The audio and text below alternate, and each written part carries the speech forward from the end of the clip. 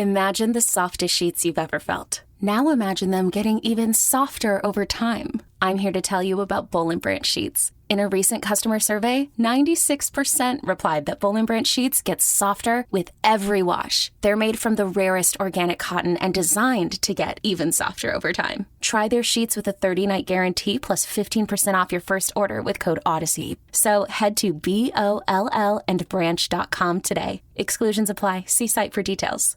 When the whole family comes together to watch the game, nobody wants to miss a second of the action to run to the grocery store. With Instacart, you can get all your weekly groceries in as fast as an hour. Less time shopping means more game time. Let's go. Visit instacart.com to get free delivery on your first 3 orders. Offer valid for a limited time. $10 minimum per order. Additional terms apply.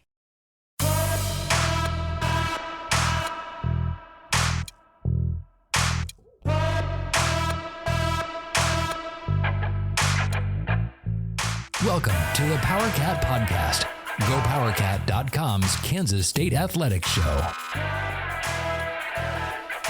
Now, here's your host, GoPowercat publisher, Tim Fitzgerald. Welcome to another edition of the Powercat Pregame Podcast, sponsored by Robbins Motor Company.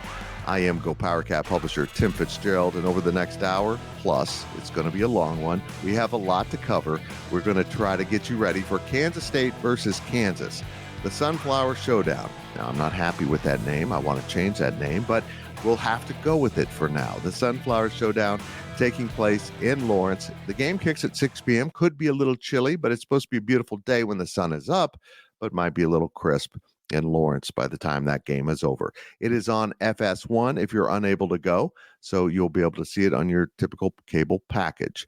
Kansas State goes into this game with a 7-3 record, and they are 5-2 overall in the conference. Kansas is also 7-3, but all 3 of their losses have come in the Big 12, and they are at 4-3 in the conference following last week's upset by Texas Tech there in Lawrence. And the quarterback situation surrounding the University of Kansas is very intriguing. They might be down to their 3rd string quarterback, and we'll get into all of that as we venture forth into this podcast. And as you know, we will talk to Brien Hanley, the former Kansas State offensive lineman on those 97 and 98 teams. Big B is great at breaking down the Wildcats. And then we'll bring in Ryan Wallace, who has always studied every opponent K-State plays for his own entertainment and now provides it here on this podcast. He's our recruiting expert, but boy, is he good about digging into opponents, and he's got a really good scout on KU. And then we close up shop, of course, with Ryan Gilbert, our basketball beat writer, but also our gambling expert. Will he pick K-State to cover? As we record this, it's K-State -8 in Lawrence. Are the Wildcats going to win or 9 or more? We'll not only break down this game, but the entire Big 12 schedule with Gills at the end of the show. We also have interviews scattered throughout, and we will have Chris Kleiman in just a second talking about this game. We'll, of course, have Will Howard, and then we'll sneak someone else there at the end. We'll find out who it is when they arrive. As I said, I'm Tim Fitzgerald, and we are sponsored by Robbins Motor Company. And at Robbins Motor Company, they strive to earn lifetime business and build relationships, selling quality cars, trucks, vans, SUVs, and offering top-notch parts and service. Robbins Motor Company, proud title sponsor of the Powercat Pregame Podcast. Folks, this is always big, but this year it has a little added layer of intrigue. For the first time in a while, both teams are ranked. If you use the college football playoff rankings, which we do this time of year at GoPowercat, as soon as those start, we start using those rankings. And Kansas State heads into this game at 21 in those rankings, and KU did not fall out all the way. They're at 25 as they kind of hang on to the edge of the rankings, but they're still in. And under third-year coach Lance Leipold, this is a vastly improved football team. Defensively, offensively, and special teams.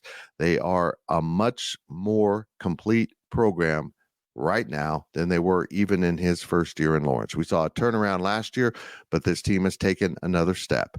And is that step dampened now by the quarterback situation? We have so much to cover, and we better get going because it's going to be a long one. Strap it up. It's K-State and KU Saturday night in Lawrence, and let's get started with Chris Kleiman and some of the things he told me at Tuesday's press conference. And after that, it'll be Brien Hanley's turn to start breaking down this game for you. How different is this Kansas defense? From last year to this year, they keep improving each year. Being in the system, same stability on the defensive staff, a lot of returners that just know the system better and better. I think they're really good at a number of different positions, but collectively, I think they're just a really sound defense. They don't give up the explosive plays. They tackle really well. We're going to have to come up with a really good game plan to, especially on the road with the noise.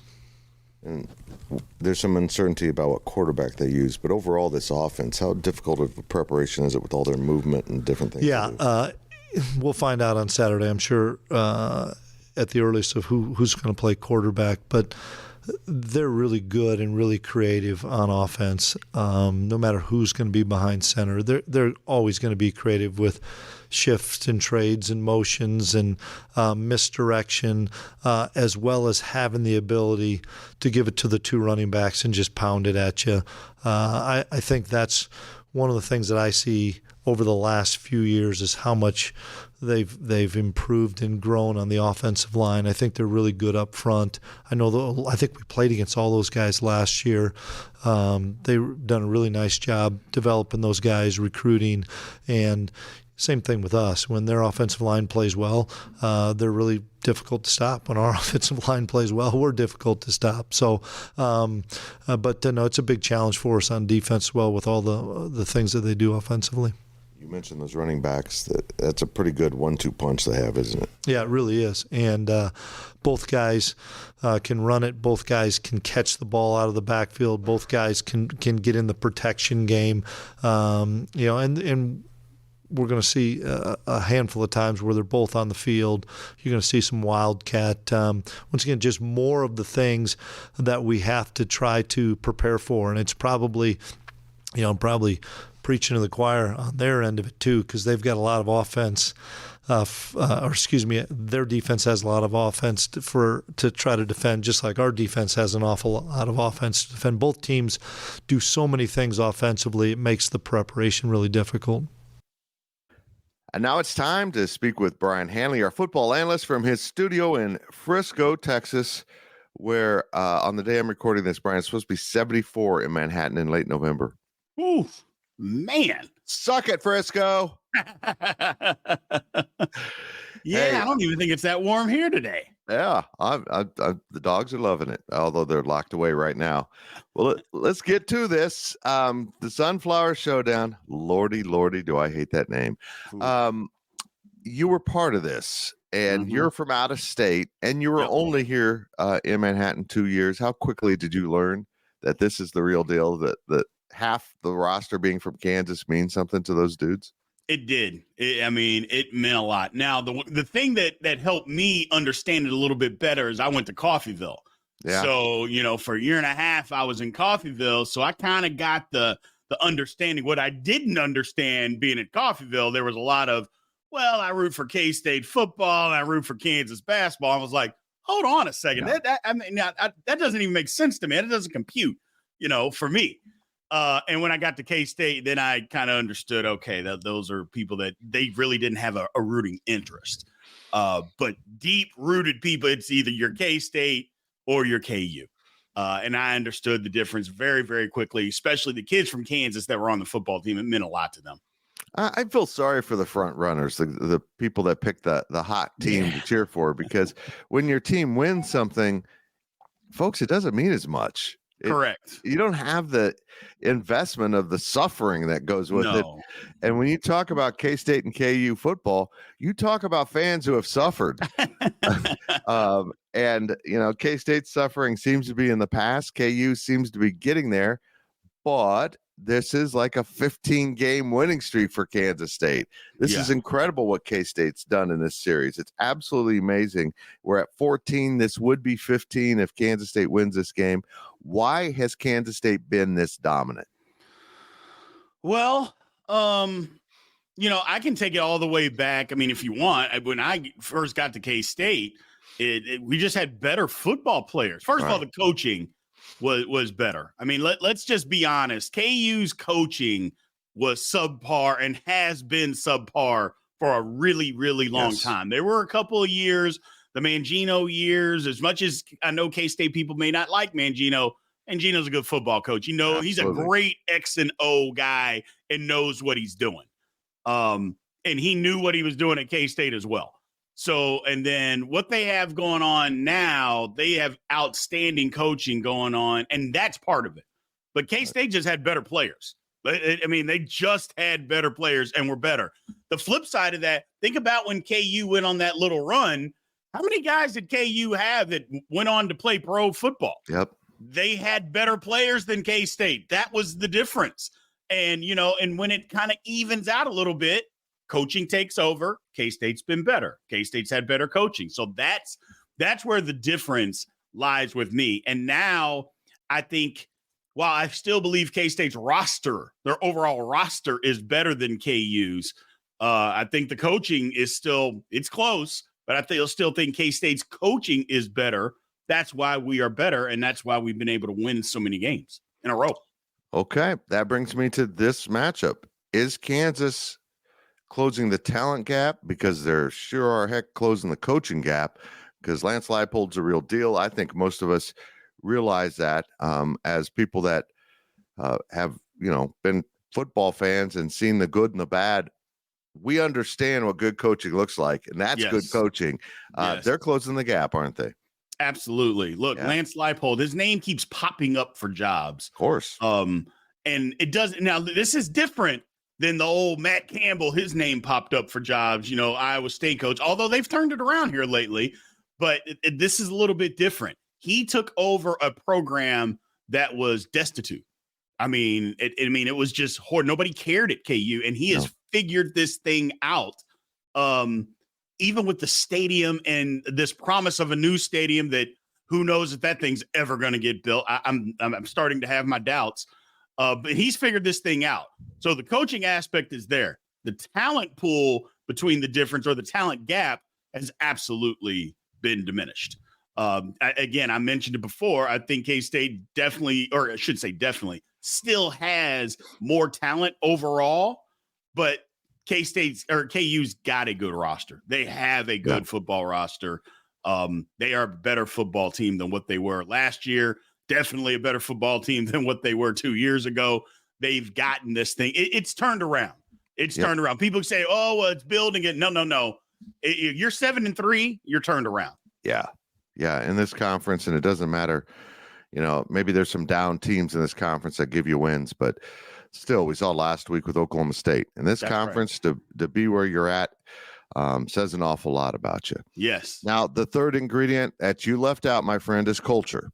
And they've never had a winning culture. Mangino brought that in because he replicated so much of the Snyder system and took it and applied it, including scheduling. He scheduled down for a while to get the momentum going. It works. And Lance Leipold's come in, and he has built his own culture. He did it in part by bringing guys with him from Buffalo who understood the culture of Buffalo, and that helped him in the early years, I think. But, boy, they believe they can win. And that sounds good. That sounds like a Tuesday press conference. Yeah, we're going to win. We're good. But do they really believe it? And when you believe it in your soul that you're going to win the game, you've turned the corner. And I think they've got that. I think when they step on the field, they know they're going to win. Even like last week when they didn't, they couldn't figure out how they lost. And that's a good sign. Absolutely. The culture is a huge thing. It's one of those words that, Fitz, over the last 3 to 5 years has been thrown out there a lot and gets overused a lot of times, the culture, but it's important. It means something. But it's always been around. Nobody just ever called it culture before. That's the difference. They called it locker room guys or this or that. And now that we've attached this word culture to it, it's always been part of any team, not just sports, just any team environment. And Kansas has it going, a belief system in what they are doing. And it's I don't want to say it's good to see because you know how I feel about KU. But I mean, to see them to be able to build something there, I'm not going to knock what KU's been able to do. They've been able to build something there. They've got kids believing they're playing good football, and they've turned it around. If they could just continue to do that and get others, and I don't believe it's students, I think it's administrators. If you could get all the administrators actually on board with what they were doing and put some other stuff in place to make it better, it would be better. Yeah, I agree. Let's start with the position group closest to your heart. I think a lot of KU's success this year is this offensive line has taken a step. Yeah. They're capable. We'll get to the quarterback issue in a second, but no matter who's back there at quarterback, with the running backs they have, they're capable of carving a path to victory with a quarterback that mostly is going to hand off and occasionally run the option read and throw the ball, but they're going to run the ball. And if they're at the third string quarterback, even if he's as good as he showed last week, which is good enough to win, steady, not making mistakes, which is huge. But that line's leading the way, man. They are enabling this team to establish a run game and build off of it. Absolutely. That's the thing about KU. They've been able to run the football. That is their bread and butter. That's what they're going to do. And just like you mentioned, if you have to play your third string quarterback, well, let's not put them in harm's way. Let's run the football, take some pressure off of them. And the offensive line has taken a step forward. That's usually something that doesn't happen right away when you're trying to build a program. Usually offensive line is something that comes around later, but transfer portal changes everything, man. It changes everything. And when you're able to get some guys in, and I'm not even saying that they've done that. So I don't want to be that guy that, they did it all with transfer portal, because I don't follow KU like that to understand what they've done. But the bottom line is whatever they did, it worked. And they've been able to change it up front. Those guys are big. They're mean, and they're physical. And that's what you have to have, especially in this league, because you got to be able to run the football, and those guys can do it. Yes, they can. They really can. I love Devin Neal, another Kansas product, and I love that this game will feature so many Kansas players because it's important. This state doesn't have that great high school football reputation, but per capita, I think this state produces some pretty good talent. And I think that's growing. I think the high school football culture is growing quite a bit in the state of Kansas. Yeah. But to have those Kansas kids, I mean, DJ Giddens on one side from Junction City and Devin Neal on the other side from Lawrence and his running backs, that's pretty damn cool if you ask me.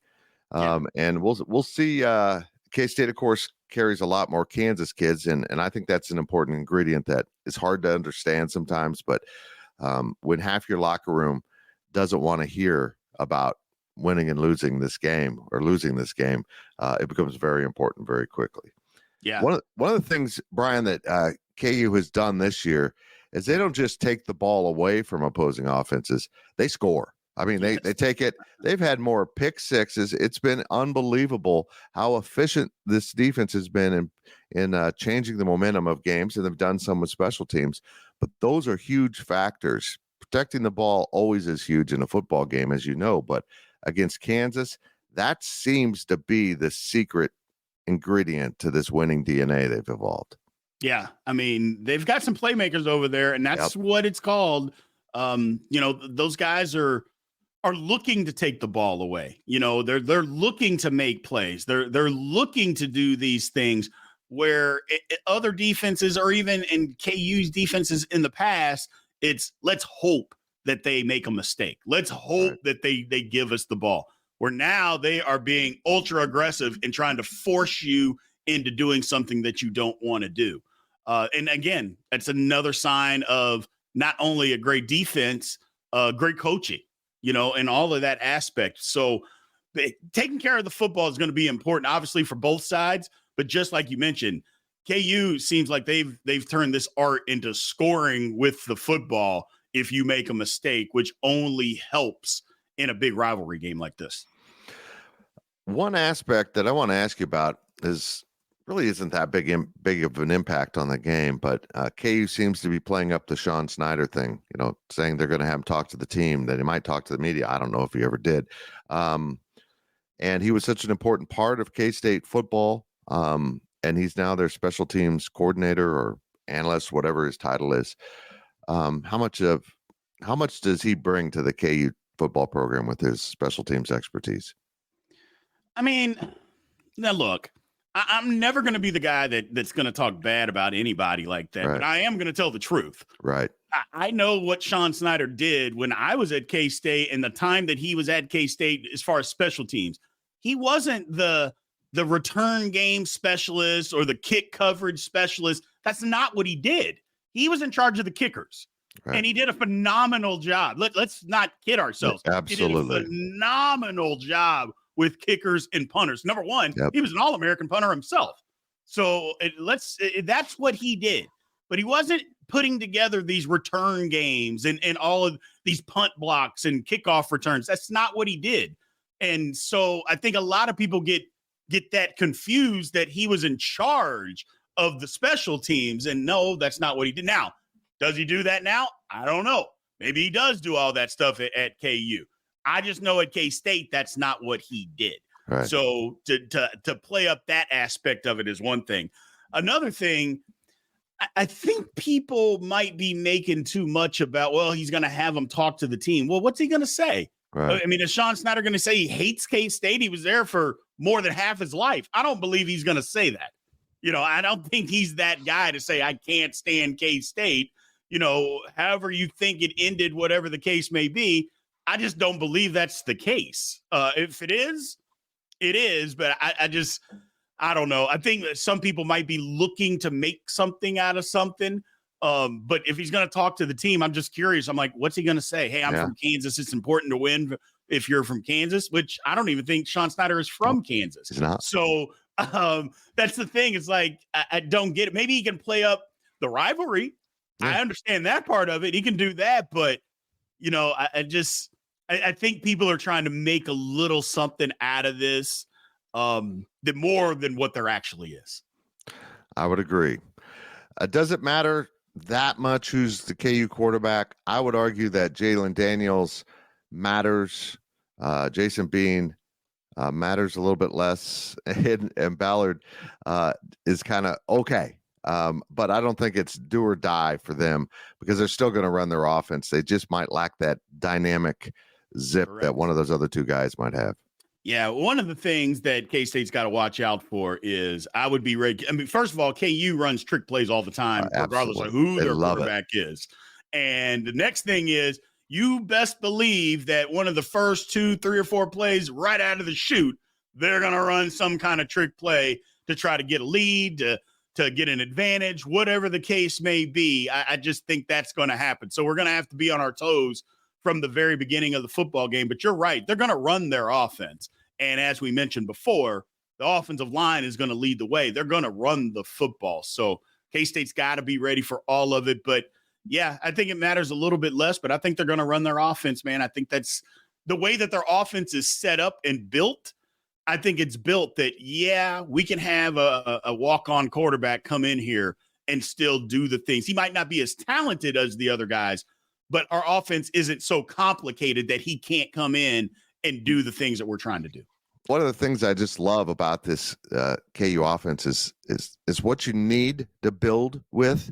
And the offensive coordinator just creates opportunities for the offense that when you line up personnel may not exist. I saw it against Texas Tech.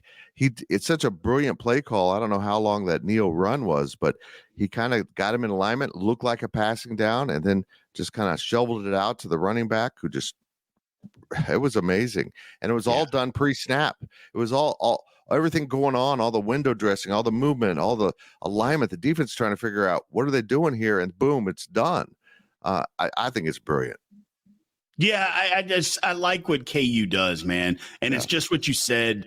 Their offense is tailor-made for trying to build a program and do it the right way. Look, it's basically all hands on deck. Right. We are trying to win a football game by any means necessary.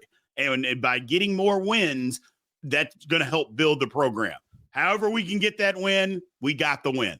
And that's all recruits and potential people that are coming in. That's all we need. We want to have wins. So whether you win it by a bunch of trick plays, running the ball 75 times a game, throwing it 75 times a game, moving guys around, doing all these things, whatever the case may be. But also it attracts people when you get so many people involved, Fitz. That's the thing. They've gotten so many people involved and they do all of these different things. It's fun. The offense is fun. And whether we like it or not, in college football, what kids like is things to be fun. So they have got, it's just what I agree with you 100%. Their offense is tailor-made to building a program from what they came from. Tailor-made. I would agree. Does K-State make this number 15 in a row? I think they do. Just for the simple fact, it was pointed out to me just a little while ago before we got on here, KU, are we going to get the KU that played against OU? Yeah. And I said, yeah, we probably will. Yep. I go, but you still remember that KU team still gave up 33 points to OU. And I believe that K-State's offense is better than OU's offense. I believe that it is. I go, so if it's better, it's still going to run the ball down KU's throat and be able to move the ball through the air, do whatever it is that they want. But I also believe K-State's defense is better than OU's. I believe that wholeheartedly. Yeah. Even being down another linebacker, I understand all of that. I just think K-State's going to have enough on defense. They're not going to shut KU out. That's not going to happen. But I think they'll be able to shut them down enough to slow them down enough for us to score more points and come out with a victory. He is Brien Hanley. You can subscribe to his own YouTube channel at Big B Sports Talk. Make sure you check out his lives and all the stuff he does. And we might have more stuff cooking here. We'll get after that. Brien, I appreciate it so much. All right. Thank you. That's it for this segment of the Powercat Pregame Podcast. Ryan Wallace awaits on the other side, and we'll also hear from the guy that earned QB1 definitively this season, the all-time touchdown passing leader in K-State football history, Will Howard. We'll be right back. GoPowercat.com's Powercat Podcast continues after this short break. The NFL regular season is wrapping up, but there's still time to get in on the action with FanDuel, America's #1 sportsbook. Right now, new customers get $150 in bonus bets guaranteed when you place a $5 bet. That's $150 in bonus bets, win or lose. The app is so easy to use, and there are so many different ways to bet, like live same-game parlays. Find bets in the new Explore tab. Make a parlay in the Parlay Hub, the best way to find popular parlays, and more. So visit FanDuel.com/247 and make your first bet a layup. FanDuel, official partner of the NFL. Must be 21 plus and present in Arizona, Colorado, Connecticut, Iowa, Illinois, Indiana, Kansas, Kentucky, Louisiana, permitted parishes only, Massachusetts, Maryland, Michigan, New Jersey, New York, Ohio, Pennsylvania, Tennessee, Virginia, West Virginia, or Wyoming. FanDuel is offering online sports wagering in Kansas under an agreement with Kansas Star Casino, LLC. First online real money wager only. $10 first deposit required. Bonus issued as non-withdrawable bonus bets that expire 7 days after receipt. Restrictions apply. See terms at sportsbook.fanduel.com. Gambling problem? Call 1-800-GAMBLER or visit fanduel.com/RG in Colorado, Iowa, Michigan, New Jersey, Ohio, Pennsylvania, Illinois, Kentucky, Tennessee, and Virginia. Call 1-800-NEXT-STEP or text NEXT-STEP to 53342 in Arizona, 1-888-789-7777, or visit ccpg.org/chat in Connecticut, 1-800-9-WITH-IT in Indiana, 1-800-522-4700, or visit ksgamblinghelp.com in Kansas, 1-877-770-STOP in Louisiana. Visit mdgamblinghelp.org in Maryland. Visit 1-800-GAMBLER.net in West Virginia, or call 1-800-522-4700 in Wyoming. Hope is here. Visit gamblinghelplinema.org or call 800-327-5050 for 24/7 support in Massachusetts, or call 1-877-8-HOPE-NY or text HOPE-NY in New York, or visit oasas.ny.gov/gambling. Standard text messaging rates apply. Sports betting is void in Georgia, Hawaii, Utah, and other states where prohibited. Welcome back to the Powercat Podcast.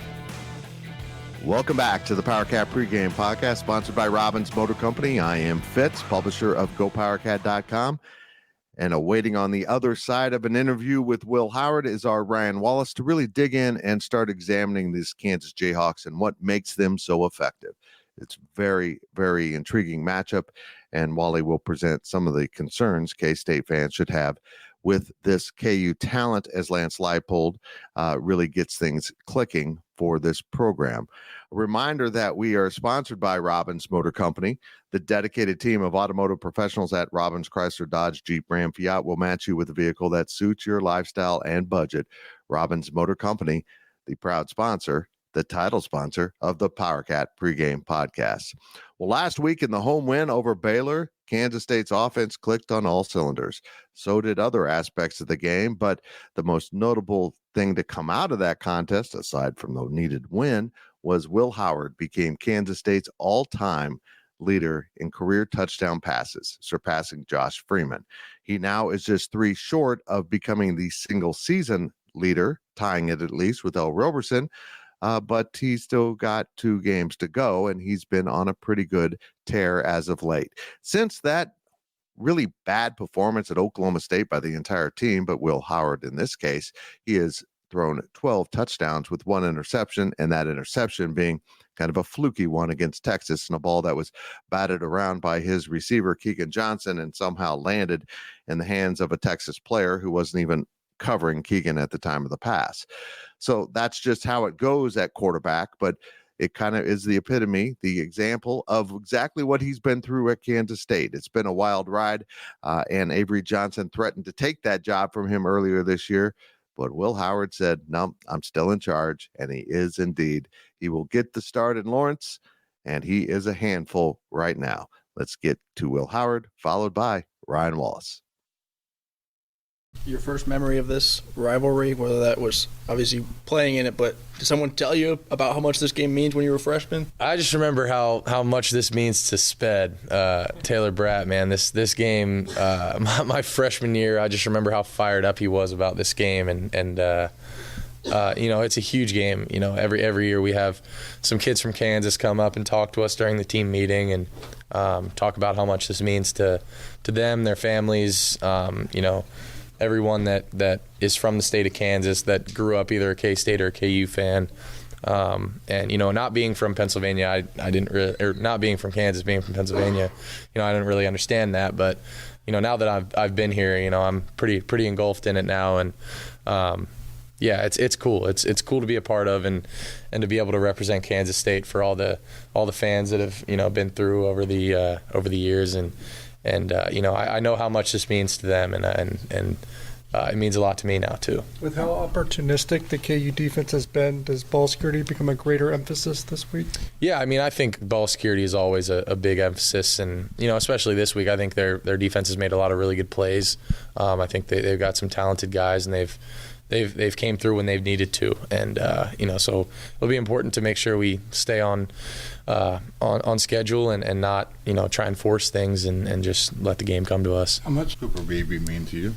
A ton. That whole offensive line is playing really good football right now, and we go as they go. I'm telling you that's the God's honest truth. Is the way that those guys are playing is we're always going to have a chance to be in football games, and Coop is a heck of a player, and being able to run a QB sneak and go behind him and KT over that left side is, but I can also go to the right with those guys. So, it's and we're up the middle. It depends if we have a head up guy, right, Gil. But they're playing really good football right now, and it fires me up.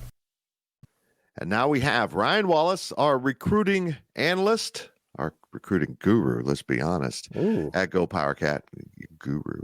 And also, he does a great job of scouting opponents for the breakdowns and pitches in on team coverage whenever he can. Wally, KU is good, right?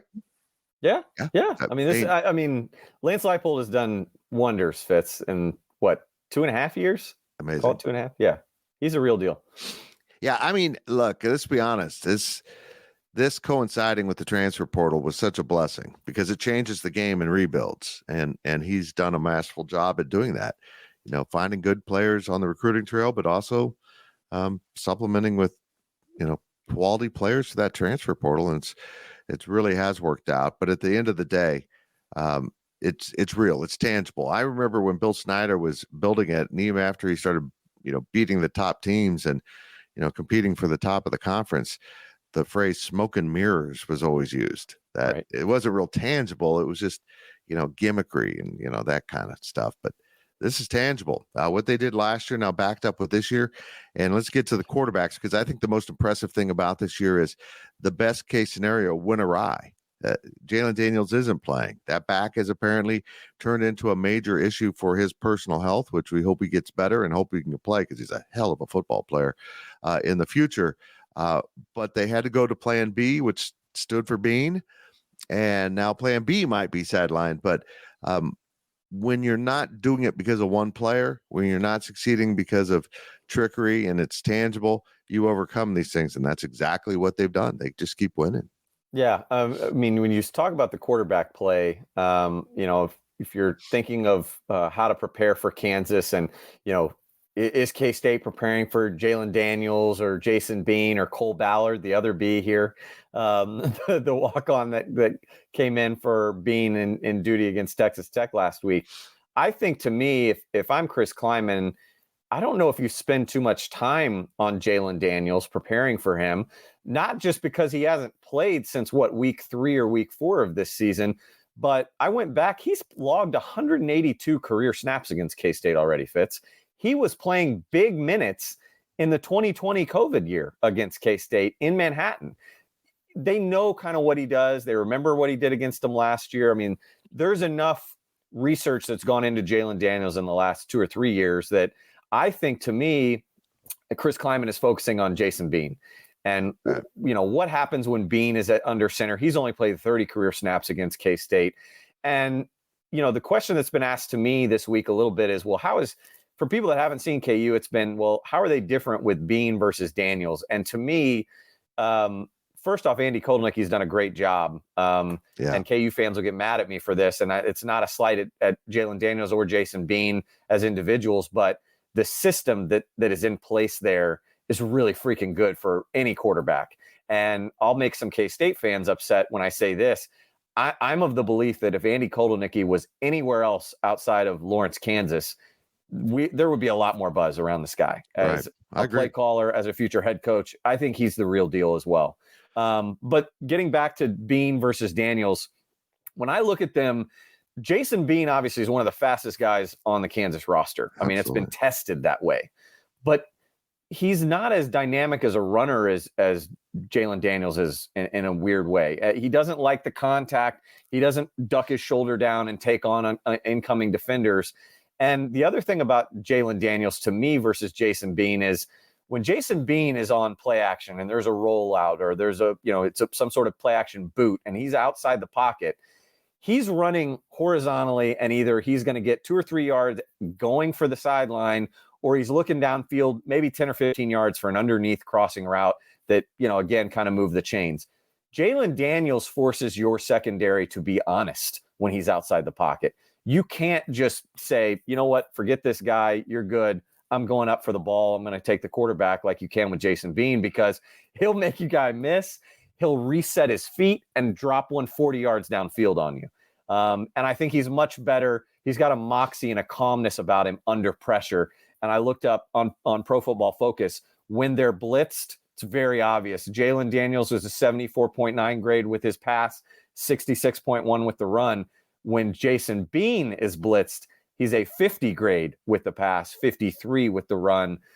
So I think that's the difference between the two. And so if you're K-State Fitz going into this game, I think it's once again, dial up some pressure, try and make Jason Bean uncomfortable. Well, there's been a lot of comparisons to what Lance Leipold has done to Bill Snyder. And that's a stretch because look, this generation can't understand how bad K-State football was. KU had it easy compared to that. The transfer portal has made that easier to rebuild. But here's a great similarity. He's playing a quarterback game right now. A quarterback game so out of the Bill Snyder playbook. He said that Bean's taken a few snaps, which I find really hard to believe. If he really was concussed, he's taking snaps early in the week.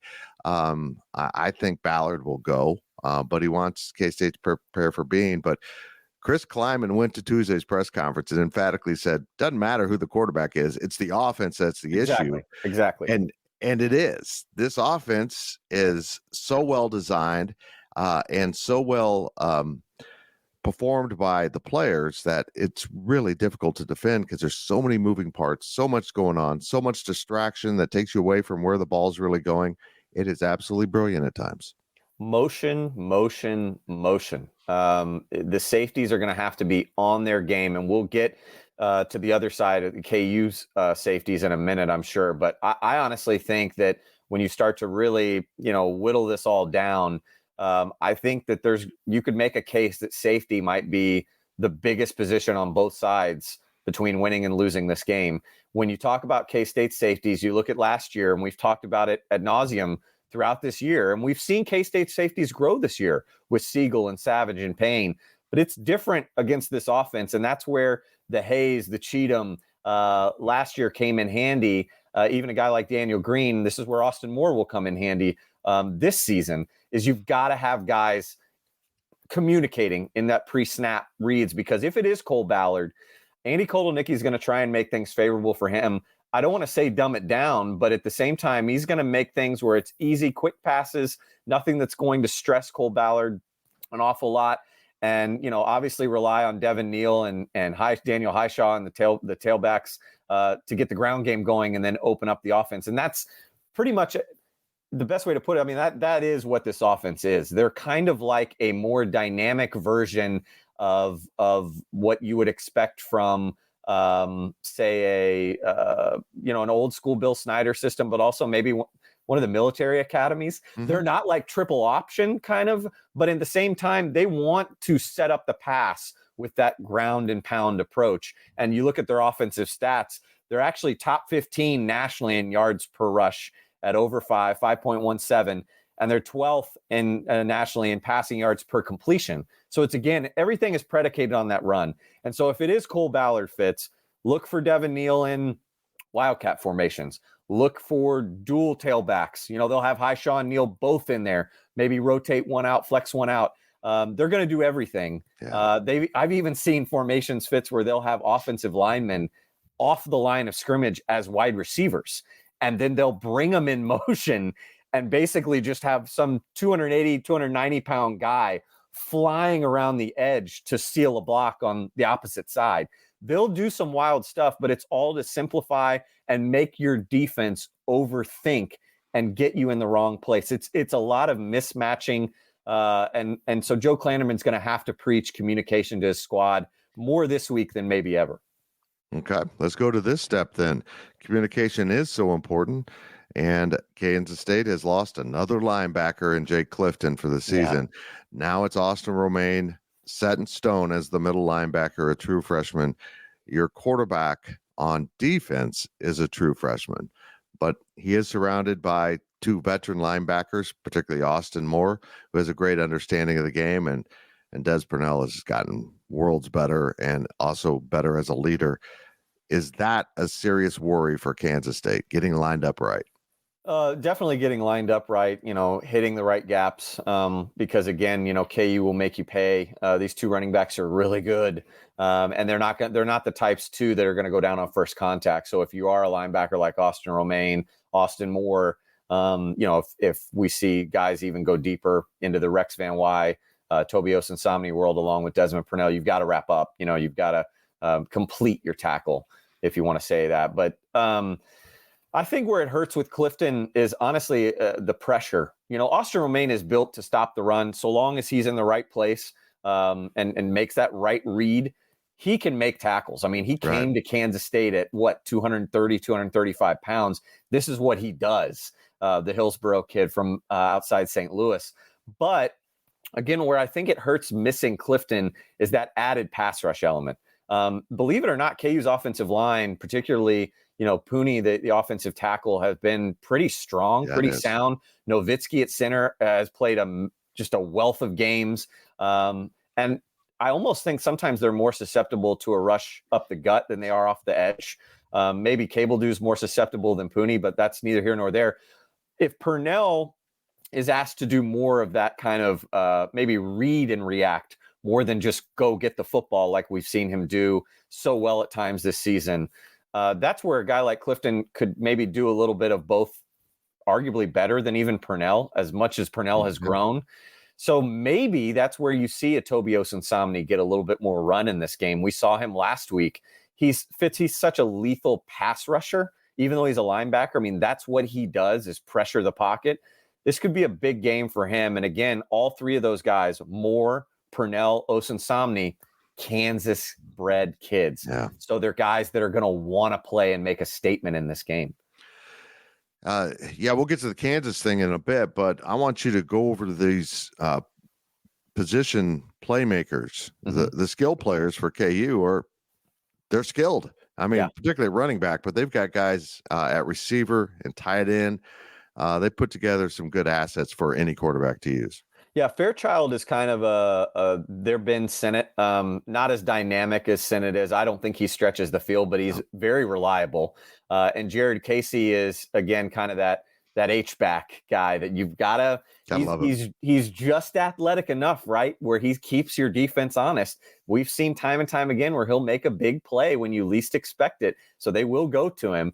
And those two guys, Fairchild in particular, I remember in last year's game, had a knack for finding that soft spot in K-State's zone. It's that level that's kind of right behind the linebackers, right in front of the safeties. They'll clear that out, and he can make you pay there. They did against Oklahoma State quite a bit at that kind of second level with Fairchild. And then out at wide receiver, you've got three guys that complement themselves so well. You've got Lawrence Arnold, who's a guy that K-State offered and was out of the Dallas area, who seems like he's been there for like 5 years now. Long, can kind of do a little bit of everything, and he's taken his game to the next level this year. Luke Grimm is a guy that I covered in high school outside in Kansas City, Missouri, from Ray-Pec. Elite route runner. Yep. I hate to make the comparison to Curry Sexton, but it's so obvious. They're so good at finding spots and weaknesses in a defense and just carving up their opponents. And then Quentin Skinner is a guy that has just jumped off the page to me. He is their most lethal deep threat. I think he's a former walk-on kid from Oklahoma that just has wheels, and he's about 6'2". So that's a guy that K-State's going to have to keep in mind on the outside, because again, I think he's the guy that they want to stretch the field with. They have Trevor Wilson. Tanaka Scott is another guy that they've gotten incorporated more and more throughout this year. They're long, Fitz. I mean, Luke Grimm is really the exception. The other guys are over 6'2", so it's going to be a difficult task for K-State corners, but at the same time, it's not these aren't Xavier Worthy guys, right?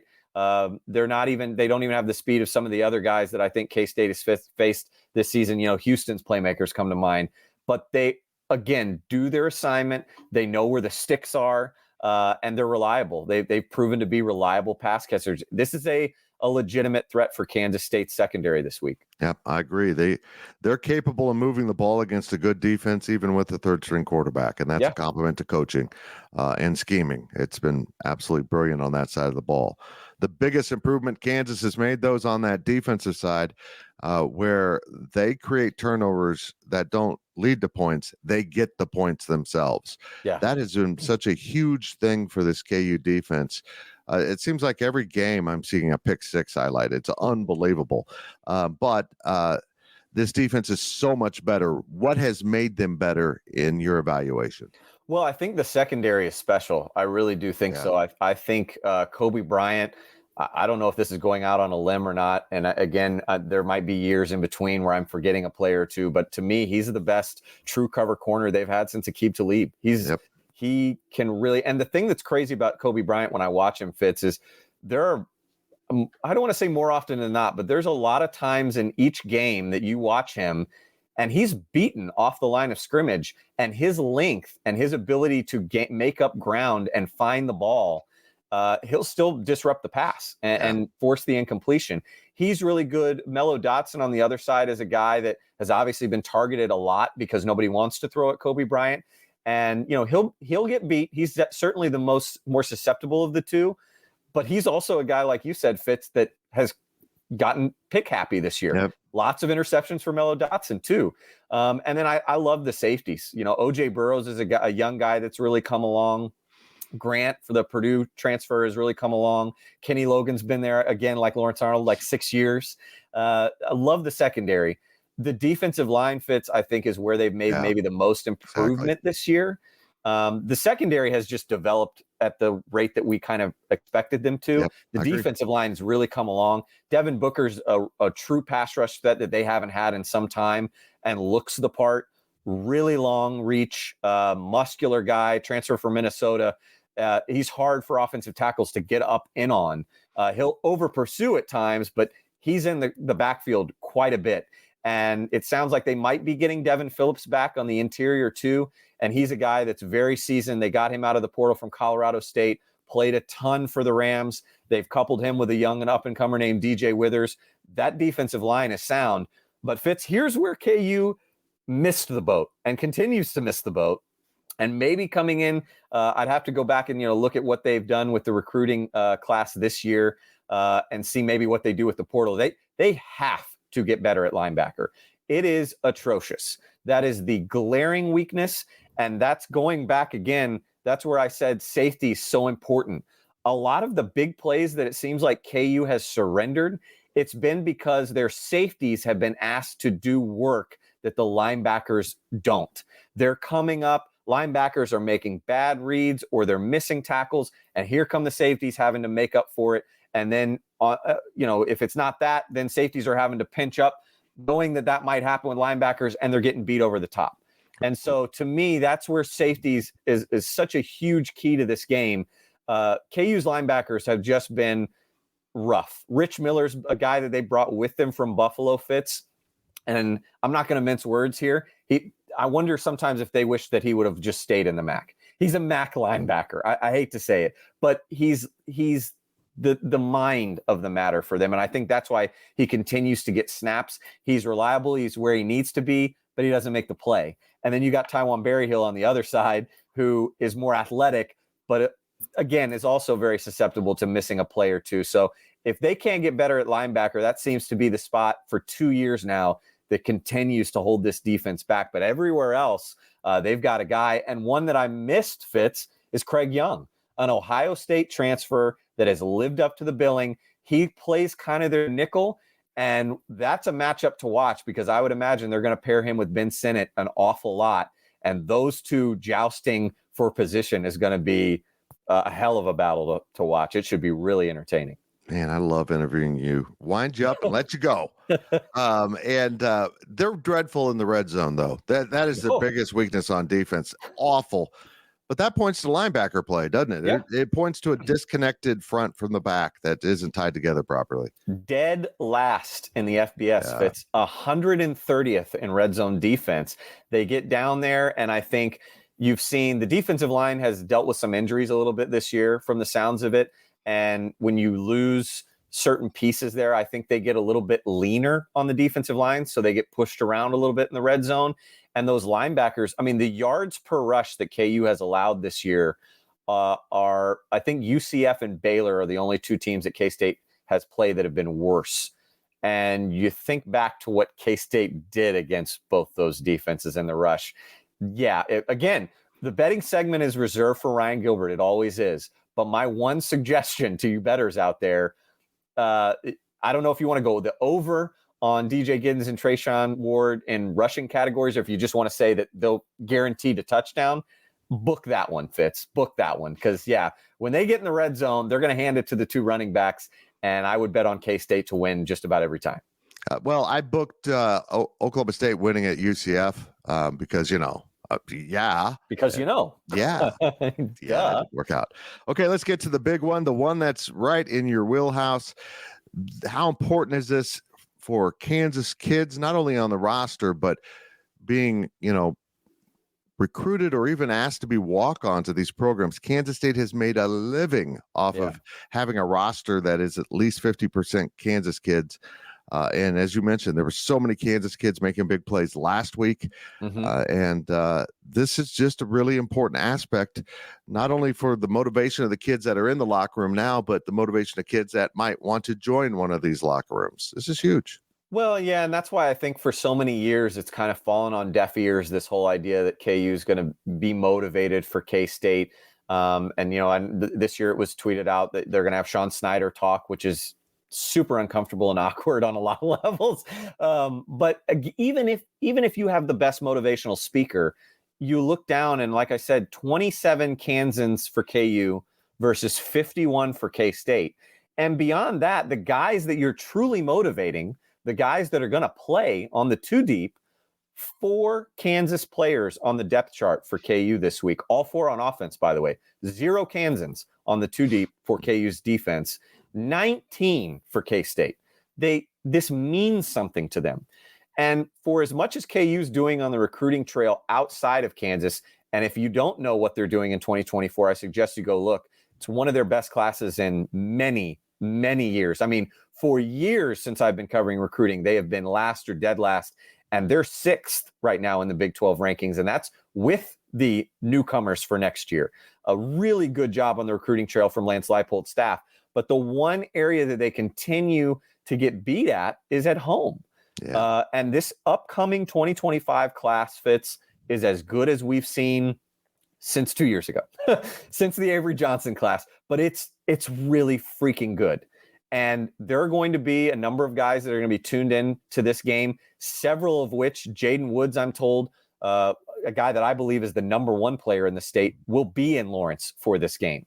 KU's going all in on 2025. And this would be a statement win for basically proving that, okay, we're back, but now we're back on a level of beating K-State, where now you can look at us as maybe a power player. So when it comes to Lincoln Cure, who's down to K-State, KU, he's not down, but he's favoring those 2 schools heavily. When you look at, Charlie Wolobin, Juju Marks, Andrew Babalola, Bryson Hayes. I mean, the list goes on. These 2 staffs are going like this in 2025. KU's made it a point that they wanted to get in earlier. They're doing that with 2025. K-State is right there where they always are. This is a huge, huge game. It always is each year, Fitz. But again, like I said, because 2025 is so massive and such a special crop of talent in this state, this game is huge to make an impression on those juniors. Now you know why he covers recruiting for us after that. He's Ryan Wallace. Make sure you check out, whenever they drop an episode of the Sunflower State Recruiting Show. We're trying to do one this week. We're trying to do one this week. No guarantees. With my sidekick, Michael Swain, who runs fog.net, good friend, and of course the legendary Kevin Flaherty from 24/7 in Fog. They do a great job covering Kansas recruiting. If you love that stuff, look for those to drop on either one of our sites. Wally, thank you very much. But does K-State get this done? Number 15 on the way? I think they do. I mean, I'd be dumb to say that to go against history, right? So I think it'll be close. I mean, this was going to be as good of a battle as I can remember, unless Cole Ballard maybe is in. I mean, that does change the line a little bit for me, but it should be competitive. But I'm still taking K-State. I think that they have enough to get it done in this one. Well, if Cole Ballard leads them to victory in 2 years when this game resumes in Lawrence, it'll be at the Booth Ballard Memorial Stadium. Yeah. Because if he can do it, he will be a legend. Wally, thank you very much. Thanks, Fitz. That does it for this segment of the Powercat Pregame Podcast, brought to you by Robbins Motor Company. Ryan Gilbert awaits with your betting lines, and we talk about all the games in the Big 12. Every team in the race for Arlington is on the road. GoPowercat.com's Powercat Podcast continues after this short break.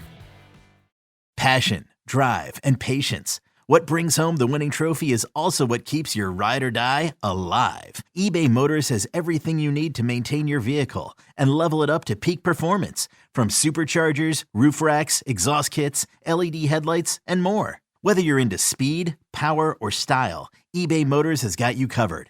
With over 122 million parts for your number one ride or die, you'll always find exactly what you're looking for. And with eBay Guaranteed Fit, your part is guaranteed to fit your ride every time or your money back. Because with eBay Motors, you're burning rubber, not cash. With all the parts you need at the prices you want, it's easy to turn your car into the MVP and bring home that win. Keep your ride or die alive at ebaymotors.com. Eligible items only. Exclusions apply.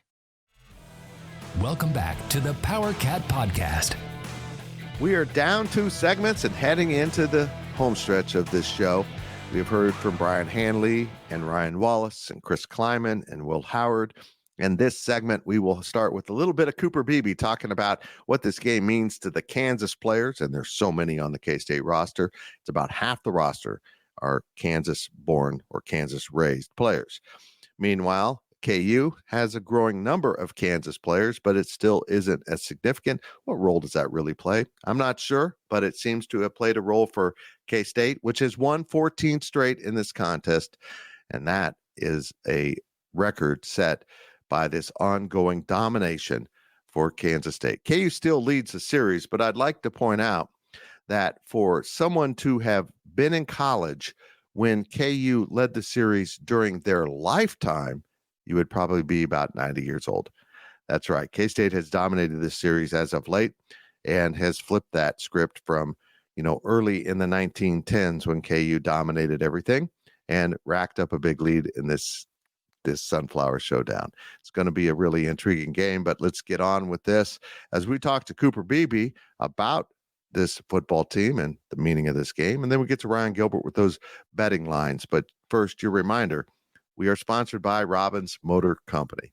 K-State fans, visit the Robbins Chrysler Dodge Jeep Ram Fiat location on Anderson Avenue in Manhattan for an exciting test drive. Robbins Motor Company is the longtime and proud sponsor of the Powercat Pregame Podcast. Well, let's get to Beebs, followed by Gills, as we near the end of this long pregame podcast, but we're going to have you ready for the game on Saturday. Are you keeping track of the Big 12 standings right now and just how crazy it all is? No, we always talk about just control what we can control. We got a big game this week and then a big game after that. So, we're just going to do what we got to do to win and then let everything take care of itself. Do words need to be said at all to anybody else about how much this game means to some of the out-of-state guys, or everybody just kind of gets it? No, everybody gets it. I mean, especially because we have so many Kansas kids on the team. It's people realize how big it is for the Kansas kids, and I think that's given dudes extra motivation this week for sure. You remember your first K-State experience? Actually, I do not. They kind of intertwined together, but I knew we won. So, is the game that you watched growing up? Oh, absolutely. As somebody that obviously from the state of Kansas, that was the game every year that you had to make sure you watched, and it's always fun. And especially this year, it's going to be a super competitive game. They got a really good team, and I think it's good for the state of Kansas. Probably the most competitive, Sunflower Showdown, probably 20 years or so. And now, as we always do, we save the best for last. The one and only Ryan Gilbert. You see him here in his little corner of his apartment where he lights the walls purple and looks all cool. But as you listen to this, as you watch this, he's probably in the Bahamas, which is much like his apartment in Manhattan, Kansas. Right? I'll be there soon. Yeah, I'm looking forward to your adventures. You should do. I'm looking forward to my adventures as well. A little vlog from the Bahamas covering basketball. Ryan in paradise. There we go. Let's get going here with a full slate of games around the Big 12, my friend. And let's start with the first one of the day, which is usually the last one of the day. When BYU plays at home, it's typically the late game. This time they get the early game. Wake up, Cougars. You got to play Oklahoma.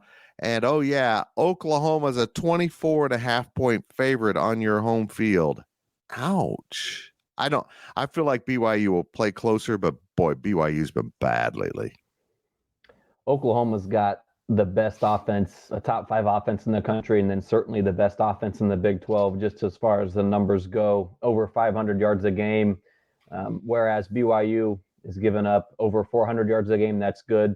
or I guess that's bad enough for second worst in the Big 12. And so I think Oklahoma's offense is going to have no issues here. I think the over-under is less than 60 points, and I think Oklahoma might get over that just by themselves in this game. So I think Oklahoma is going to have a field day, and we're not going to get into tiebreakers or anything like that here on this segment, Fitz. But Oklahoma needs to win some games here, and so I think that they can survive another week with a comfortable win. So I love them to cover. Yep. Cincinnati at West Virginia. This should be a rivalry, but for whatever reason in the future Big 12 scheduling, we decided not to let them play the team closest to them every year. Cincinnati, West Virginia. West Virginia is only a 6.5 point favorite at home against a team that has really struggled. I find that very interesting. It is very interesting, yeah. And what Cincinnati did last week, getting a win, I guess you do have to respect that team. They're not going bowling. None of that stuff's going to be happening this year for Cincinnati. But you gotta respect what they were able to do. Not giving up on the season, but less than a touchdown for West Virginia is just crazy here in my mind. And I know that the Mountaineers probably aren't playing for a championship or anything like that, but you're playing for a decent bowl game. That's very much in the question still for West Virginia. And so anything less than a touchdown, I would have to hammer the Mountaineers when you also add in the fact that this team's playing at home. You may not be going to a bowl, Bearcats, but you can have a bowl of delicious Skyline chili anytime. Blech. Okay, onward. Oklahoma State, the victims of a Citronaut attack. They weren't the Knights last weekend. They played as their old logo with their old colors, the Citronauts. They need to go back to it. It is so unique and cool, and they're a better football team as Citronauts. They kicked the living crap out of Oklahoma State. Now Oklahoma State has to go to Houston, where they are a 7-point favorite on the road. Houston's kind of squishy and not great. But the way Oklahoma State played last week, Ollie Gordon getting hurt, banged up, man, I don't know what to do with this game. A week ago, if you looked at this line and saw that Oklahoma State was only favored by a touchdown, you would think that was crazy. You'd hammer the Cowboys. But after what we saw last weekend, I think this line makes total sense. I mentioned sort of the analytics and all those predictive models last week with that Oklahoma State game against UCF, and it made total sense for that line to be where it was. And so this line's not crazy at all, especially with what we saw on Saturday with Oklahoma State. So I'd probably lean Houston to keep this one close and cover. Obviously, Oklahoma State's got a long ways to go if it wants to rebound from that game against UCF. Could we see it happening? Sure. But if there's anything that game against UCF proved to us last week, it was that, hey, that line was no fluke. And so this line here against Houston, this is no fluke. I would lean the Cougars to cover and keep this one close over Oklahoma State. Speaking of UCF, the Knights are back, and they're going to Texas Tech. So it's the Knights against the Red Raiders. It's very combative this weekend in Lubbock. Texas Tech is a 3-point favorite out there in West Texas. Does UCF continue the roll? Do they continue to play really good football like they did last weekend? Or does Tech, fresh off that win in Lawrence, take it to them? I'll take UCF to continue to roll, getting a few points as well. I know they're on the road. That's not great. But Texas Tech, if that KU team had a chance to beat them with the third-string quarterback really at the end of the day, that game should not have been close in my mind for Texas Tech. And so I don't have faith in the Red Raiders. You look at just the recency bias. Maybe that's kicking in a little bit too much for me, but the way these two teams played last week, it's hard not to bet UCF. Yeah, I'm with you, man. They looked really good. This game's intriguing to me because, one of my core betting philosophies, when a warm weather team like from, let's say, Austin, Texas, has to go north in November and play a night game, I don't know what the forecast is in Ames, but if it's below 50 on Saturday night, Texas will think it's in an ice box. Texas at Iowa State. Ames at night is always an adventure. Kansas got out of there with a win. Texas is a 7.5 point favorite. I find this line interesting because that movement from 6.5 to 7.5 is a significant barrier to go through. Yeah. Being more than a touchdown favorite tells me a lot. Dude, I'm not writing Iowa State out of this one, but I think Texas gets it done. I think Texas gets it done too. And Fitz, I'm kind of upset with you right now. You stole some of my talking points. I was going to mention I don't care that this Texas team is playing on the road up north at night in Ames, cold weather, all that stuff. I don't care. I think that the Longhorns have enough talent to get by Iowa State and win and cover.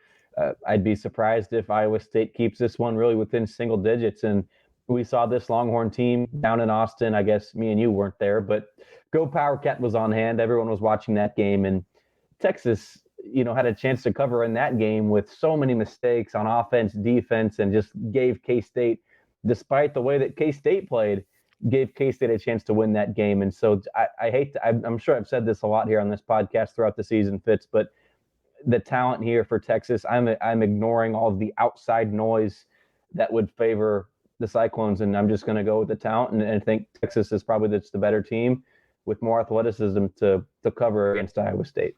I am outside noise, so you're ignoring me. That's what I picked up in that exchange.